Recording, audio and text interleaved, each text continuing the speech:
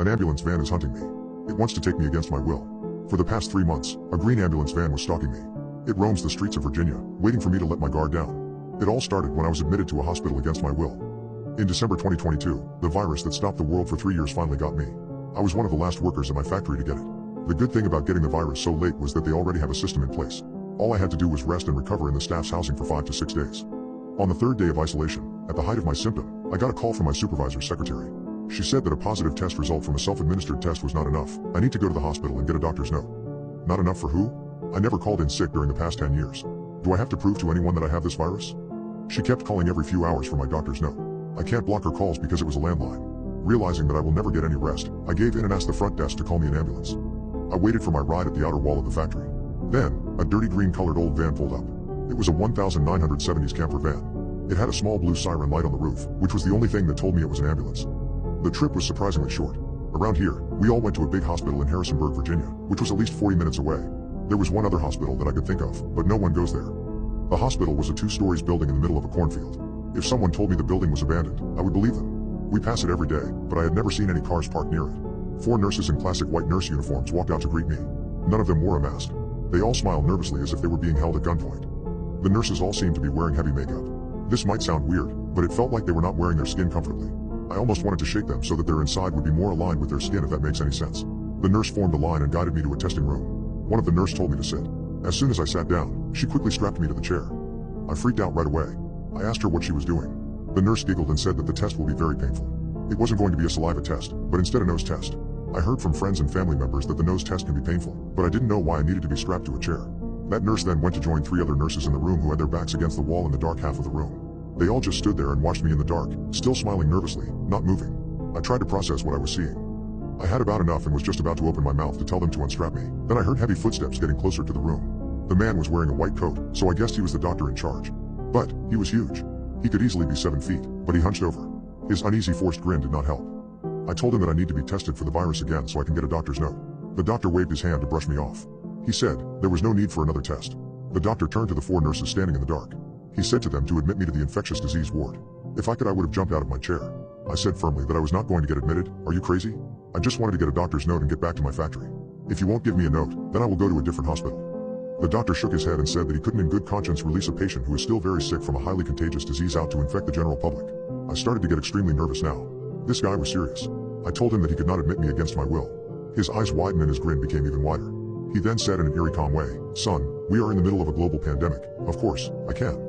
The doctor then handed me a glass of water. He then said casually that delirium is part of the virus's symptoms and that I need to show him that I can calm down or else. My mind was scrambling. This guy just threatened me. I realized that if I made a scene, he could use that as another excuse to forcibly admit me. Just when my lip touched the cup, I could hear a loud voice screaming in my head saying, don't. A bit of it seeped between my lips and went into my mouth anyway. Then, a nurse wheeled in a bed with several straps on it. I grabbed my phone, thinking about speed dialing someone, but I dropped the phone and quickly passed out. I woke up to a sound of a woman crying and wailing loudly. It was dark, but I could see. I was strapped to the bed, but I still tried to pull my neck up to try and look around to assess my situation. There were curtains surrounding the bed I was strapped to. In addition to the woman's wail, I could hear coughing from all around me. I realized that I was in a very large room, like a school gymnasium. The coughing and crying sound around me were from other patients. What helped me at the time was that I was on a thin line between being fat and normal. This meant I could make my belly flatten quite easily by just holding my breath, and even easier if I was lying down. So I felt like I could wiggle my way out of the bed restraint. As I was wiggling, I started to see the detail of the painting on the ceiling. It was a painting of the nurses and the doctors of this hospital, standing shoulder to shoulder, looking down from above, right down at me. Their eyes were hollowed out, and their mouth was wide open. They had no teeth or tongue, just black paint. I had never seen such a horrifying imagery before in my life. As soon as I broke free, I opened the curtain and saw the other beds. The coughing ceased by then, and the only bed that seemed to have any movement was a woman who was crying uncontrollably. I wanted to go to her and ask her what was wrong. I even considered asking her to escape with me. Suddenly, she started to jump up on her bed and dance, which I could see through the curtain. She started to laugh maniacally, saying we are all going to die. Never mind then. I got out into a hallway and there was no one. As I walked past a stairwell, I could hear the sound of people praying in unison coming from the basement. This creeped me out so badly. But, I wondered if the reason why I could escape easily was that they were all downstairs. I may have woken up earlier than they expected since I drank only a few drops of the water the doctor gave me. I passed the room where they strapped me to a chair earlier, and thank God, I found my phone and shoes. It was already dark, but I didn't care. I just jumped out of the window and made a break for it. The night was surprisingly well lit, thanks to an almost full moon. While I was walking along the edge of the cornfield, I noticed human heads poking out from the field. I know I shouldn't stop, but curiosity got the better of me. I peeked and saw people in hospital gowns just walking in place in the cornfield. Their eyes were opened, and they were still blinking, but they just stood there, staring at nothing. It was like they were lobotomized. I didn't have time to stick around though, I had to hurry out of there. I knew there was a plaza about 4 miles from where I was. Everything but a liquor store must have been closed by then, but I will take my chance. I called a friend from the factory to come pick me up. I told him that I had the virus, but I needed his help and wondered if he could block out some part of his car for me. He said not to worry, his girlfriend just had the virus and he still had to drive her around. I didn't realize I had such a nice and brave friend. To be honest, if someone had called me with such a request before I got the virus, I would have declined. This event made me re-examine everything about myself. About 10 minutes after the call, while I stood in front of the liquor store waiting for my friend, a bunch of lights lit up in the distance. Those lights were coming from the cornfield. They finally knew I escaped. As I was getting into my friend's car, I could see the green ambulance van approaching from far away. My heart sank to my stomach. Is the van going to follow us?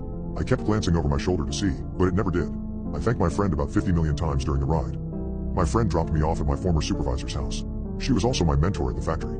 She had a guest house that her husband and son stayed in during their stint with the virus. I couldn't thank her enough. After about 3 days, I fully recovered.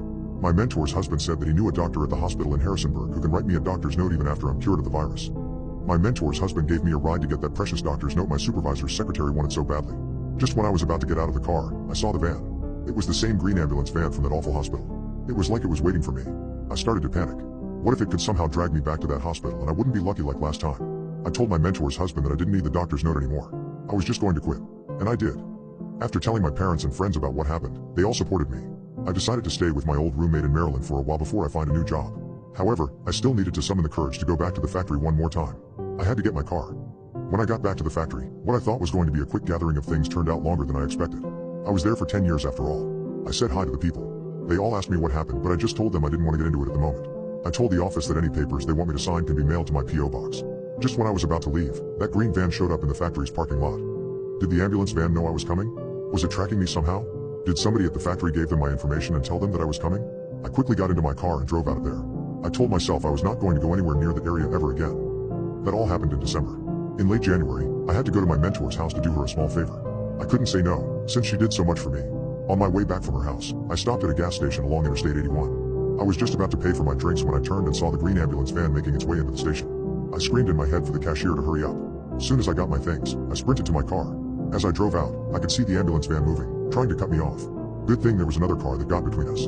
I managed to escape again. I looked back at the green van through my rearview mirror in anger.